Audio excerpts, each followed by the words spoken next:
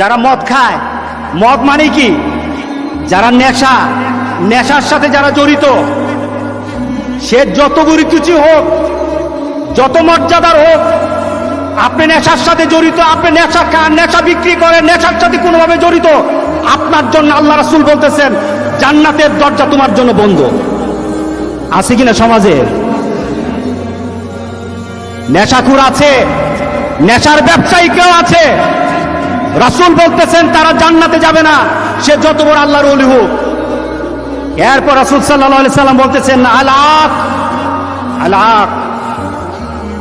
যে মা বাবার অবাধ্য সন্তান আছে কিনা সমাজে, জান্নাতে যাবে না।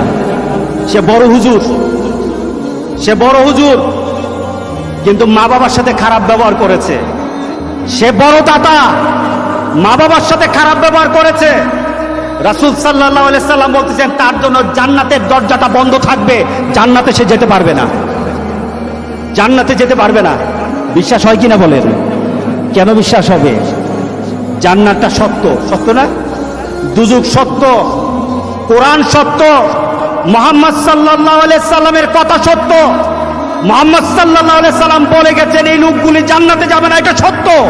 এর পিছনে চিন্তা করার কোনো সুযোগ নাই। এই সমাজের মধ্যে মা বাবার সাথে খারাপ ব্যবহার করার মতো ছেলে পেলে অনেক বেশি, যারা মা বাবাকে মা বাবা মনে করে না, মা বাবাকে ওই ধরনের আচরণ করে না যে আচরণের কারণে মা বাবা সন্তুষ্ট হবে। আর রাসূল সাল্লাল্লাহু আলাইহি সাল্লাম বলেছেন যে সন্তানের উপর মা বাবা সন্তুষ্ট, ওই সন্তানের উপর স্বয়ং আল্লাহ সন্তুষ্ট। যে সন্তানের উপর মা বাবা অসন্তুষ্ট, রাসূল সাল্লাল্লাহু আলাইহি সাল্লাম বলতেছেন ওই সন্তানের উপর স্বয়ং আল্লাহ অসন্তুষ্ট হয়ে থাকেন। আছে কিনা সমাজে? আছে। আহারে, মা বাবার চেহারা, মা বাবার মুখে হাসি ফুটে না, মা বাবার মুখে হাসি ফুটায় না। ছেলে বিদেশে থাকে, মা বাবার মুখে হাসি ফুটাতে পারে না। ছেলে ভালো চাকরি করে, মা বাবার মুখে হাসি ফুটাতে পারে না। ছেলের ঘরে ভালো রান্না থাকে, মা বাবা সন্তুষ্ট হতে পারে না। ওই সন্তান যত বড় নামাজি হোক, আজকের জুমার নামাজে সে নামাজ পড়ুক, সে জান্নাতে যেতে পারবে না। বলেছেন মুহাম্মদুর রাসূলুল্লাহ সাল্লাল্লাহু আলাইহি সাল্লাম, মুহাম্মদ সাল্লাল্লাহু আলাইহি সাল্লাম, তুমি জান্নাতে যেতে পারবে না। তোমার যদি মৃত্যু হয়, তোমার মা তোমার উপর অসন্তুষ্ট, তোমার বাবা তোমার উপর অসন্তুষ্ট, তোমার মৃত্যু যদি হয়ে যায়, রাসূল সাল্লাল্লাহু আলাইহি সাল্লাম বলেছেন মরতে পারবা, জান্নাতে ঢুকতে পারবা না, জান্নাতে ঢুকতে পারবা না। এরপর রাসূল সাল্লাল্লাহু আলাইহি সাল্লাম বলছেন ওয়াদায়ুস আল্লাযী ইউকিরু ফি আহলিল খাবাস, ওই ধরনের দায়ুস কারা? রাসূল সাল্লাল্লাহু আলাইহি সাল্লাম দায়ুসের যে সংজ্ঞা দিচ্ছেন, দায়ুস কারা? পরিবারের এমন ব্যক্তি, তার পরিবারে তার মেয়ে হতে পারে, তার পরিবারের তার বোন হতে পারে, তার স্ত্রী হতে পারে, তার মা হতে পারে।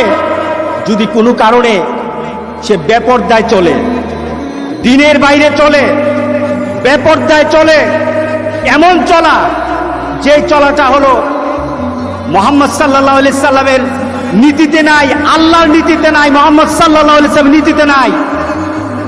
দায়ুস বলতে আমরা বলি যে চলে সে।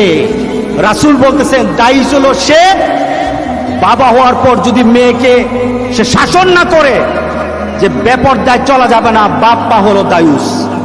কে দায়ুস? মেয়ে আপনার কলেজে যায়, ইউনিভার্সিটিতে যায়, রাস্তায় চলে, যদি পর্দার সাথে না চলে, আমি বলি নাই, কে বলেছেন? মুহাম্মদ সাল্লাল্লাহু আলাইহি সাল্লাম। মুহাম্মদ সাল্লাল্লাহু আলাইহি সাল্লাম বলেছেন তোমার মেয়ে যদি বেপরদায় চলে, মেয়ে যেমন দায়ুস, বাপ মা তেমন দায়ুস, এবং এই নীতিটাকে যারা পছন্দ করবে তারাও দায়ুস। রাসূল বলতেছেন এগুলি জান্নাতে যাবে না। কে বলেছেন? সমাজে আছে কিনা? আছে কিনা বলেন? ওই যে লেডি বাইক, তার পরিবারের তারা তার চালচলনকে, তার সেই মোটর সাইকেল চালানোকে তারা কি করেছে? সমর্থন করেছে। তার শ্বশুর বাড়ির তারা সমর্থন করেছে। আমি আপনাদের জন্য বলি, মেয়েটা খারাপ হয়ে গেছে, মেয়েটা যদি দুষ্ট হয়ে যায়, মেয়েটা যদি চরিত্রহীনা হয়ে যায়, ছেলেটা যদি চরিত্রহীন হয়, তাহলে বাপ মার শাসন করা দরকার, ঠিক না? বাপ মার শাসন করা দরকার। আর শাসন না করে যদি সেটাকে যদি সমর্থন করে, মেয়েও যেমন দুষ্ট, মেয়েও যেমন, ছেলেও যেমন এই কাজ করে পাপী, বাপ মা এই কাজের প্রতিবাদ, বাপ মা এই কাজের প্রতিবাদ না করো, সেও দায়ুস, সেও জাহান্নামী, সেও কি জাহান্নামী। সুতরাং যারা এই বাংলাদেশের মধ্যে নতুন স্টাইল সৃষ্টি করতে চায়, তোমাদের জন্য একটা দুঃসংবাদ, তোমার পরিবারে তোমার মা বাবার জন্য দুঃসংবাদ, যারা এটাকে সমর্থন করে মিডিয়া তাদের জন্য দুঃসংবাদ, যারা তাদের স্ট্যাটাসের মধ্যে এই কথা লেখে যে মেয়েটা কি হয়েছে, অসুবিধা কি, এই কথা যারা স্ট্যাটাস দিয়েছে তাদের জন্য দুঃসংবাদ। রাসূল বলেছেন যে জান্নাতে যাবে না, যাবে না, যাবে না। কে বলেছেন? রাসূল বলেছেন। জান্নাতের অবস্থাটা কি? রাসূল সাল্লাল্লাহু আলাইহি সাল্লাম বলেছেন, জান্নাত তো এমন, একটা ঘোড়াকে ছেড়ে দেওয়া হবে, 1 বছর সে ঘোড়াটা দৌড় দিবে, 1000 বছর পর্যন্ত ঘোড়াটা দৌড়বে, একটা প্রান্ত গিয়ে দাঁড়াবে, শেষ হয়ে যাবে তার প্রান্তে 1000 বছর। সেখানে দাঁড়িয়ে ঘোড়া তার যেখানে দাঁড়াবে সেখানে যদি একটা লোক দাঁড়ানো থাকে, 1000 বছর দূরত্ব, দূর থেকে 1000 বছর দূর থেকে জান্নাতের সে গ্রান সে শুনতে পাবে। কতটুকু দূরে? 1000 বছর পর্যন্ত একটা ঘোড়া চলবে, সেখানে একটা লোক দাঁড়ানো, জান্নাতে ওই প্রান্তে, এক প্রান্ত থেকে আরেক প্রান্ত পর্যন্ত জান্নাতের সুঘ্রাণ পাবে। রাসূল বলতেছেন এই ব্যক্তিগুলি জান্নাতের সুঘ্রাণ তাদের নাকে ঢুকবে না, যারা সেই জান্নাতের সুঘ্রাণ তারা পাবে না। আমরা কি চাই আমাদের জীবনটা এমন হোক? যদি আপনি নামাজি হন, দায়ুস হন, নামাজ আপনাকে জান্নাতে দিবে না। যদি আপনি নামাজি হন, আপনি যদি হাজার বার আপনি উমরা করেন, 1000 বার আপনি যদি 100বারও আপনি হজ করেন, কোটি টাকা আপনি দান করেন, আপনার মেয়েটাকে আপনি পর্দায় আনতে পারলেন না, রাসূল সাল্লাল্লাহু আলাইহি সাল্লাম বলছেন আপনি জান্নাতের ঢুকতে পারবেন না। জান্নাত হারাম। আপনার মা বাবার সাথে খারাপ ব্যবহার করেছেন, মা বাবা চোখের পানি ফেলে দিয়েছে, জান্নাতের দরজাটা বন্ধ হয়ে গেছে, জান্নাতের দরজাটা বন্ধ হয়ে গেছে। মদ খাও, নেশা করো, নেশা ছড়াও, তুমি নামাজ পড়ো, তোমার পরিবারে যারা নামাজ পড়ে প্রতিবাদ যদি না করে, রাসূল বলতেছেন সে জান্নাতে যাবে না, জান্নাতে যাবে না, জান্নাতে যাবে না। হারামাল্লাহুল জান্নাহ, জান্নাত তার জন্য আল্লাহ হারাম করে দিয়েছেন। আমরা জান্নাতে যেতে চাই ইনশাআল্লাহ। বলি মা বাবার সাথে ভালো ব্যবহার করব, রাজি আছি? ফালা তাকুল লাহুমা উফফিন ওয়ালা তানহারহুমা, তোমার মা যেন একটা শব্দটা না করে, তোমার বাবা যেন একটা শব্দ না করে তোমার আচরণে। বলেছেন আমার আল্লাহ, উল্টা যদি হয় সব আমল বরবাদ। মা বাবার সাথে যদি বেয়াদবি হয়, আজকে গিয়ে মা বাবার সাথে মাপ চাবো। রাজি আছি সবাই? আল্লাহ সবাইকে মা বাবার দোয়া পাওয়ার তৌফিক দান করুন। দ্বিতীয়ত, যাদের মেয়েরা, তাদের ছেলেরা চাল চলনে রাসূল সাল্লাল্লাহু আলাইহি সাল্লাম যে নীতি রেখে গেছেন, আল্লাহ যেভাবে বলেছেন, রাসূল যেভাবে নীতি দিয়ে গেছেন, এর বাইরে যদি রাস্তায় বেপরদায় চলে তাদেরকে কন্ট্রোল করব। রাজি আছি? কি করব বলে? কন্ট্রোল করব। শরীয়ত যেটা যতটুকু বলেছে ওই শরীয়ত অনুযায়ী চলার জন্য তাদেরকে বলবো।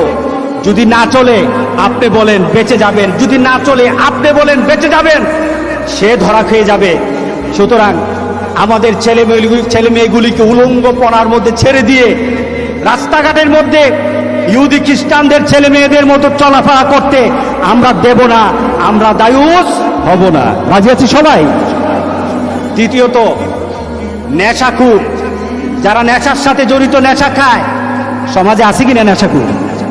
আছে না? মদখোর, গাঁজাখোর আছে কিনা? এদেরকে কি করতে হবে? এদের থেকে দূরে থাকতে হবে, এদেরকে মোটিভেট করতে হবে, ফিরে আয়, ছেলে যদি হয় ফিরে আয়, পরিবারের যদি হয় ফিরে আয়। যদি এতটুকু না হয়, তাদের সাথে যে চলবে সেও দুজকে যাবে। তাদের সাথে যারা চলবে তাদের জন্য দুজক জান্নাতকে হারাম করে দেওয়া হবে। সুতরাং নেশাখোরের সাথে আমাদের কোনো সম্পর্ক হবে না। আল্লাহ যেন আমাদের সবাইকে তৌফিক দান করে। আমিন বলি, আমিন বলি। আর সহ্য হয় না, আর সহ্য হয় না। আমার কোরআনের গায়ে আঘাত হয়, কলিজায় ব্যথা লাগে না। ছোট্ট ছোট্ট করে বলে দিনের এক একটা কনসেপ্টগুলি, দিনের এক একটা নীতির উপর এরা এমনভাবে আঘাত করে, ও শখ জেগেছে করেছি, শখের জন্য করেছি, শখ জেগেছে করেছি, শখের জন্য করেছি। শখ করতে করতে ইসলামকে জবাই করে দিচ্ছে, ঠিক না? ইসলামকে জবাই করে দিয়েছে। সুতরাং আমরা কি এটার পক্ষে আছি না বিপক্ষে আছি?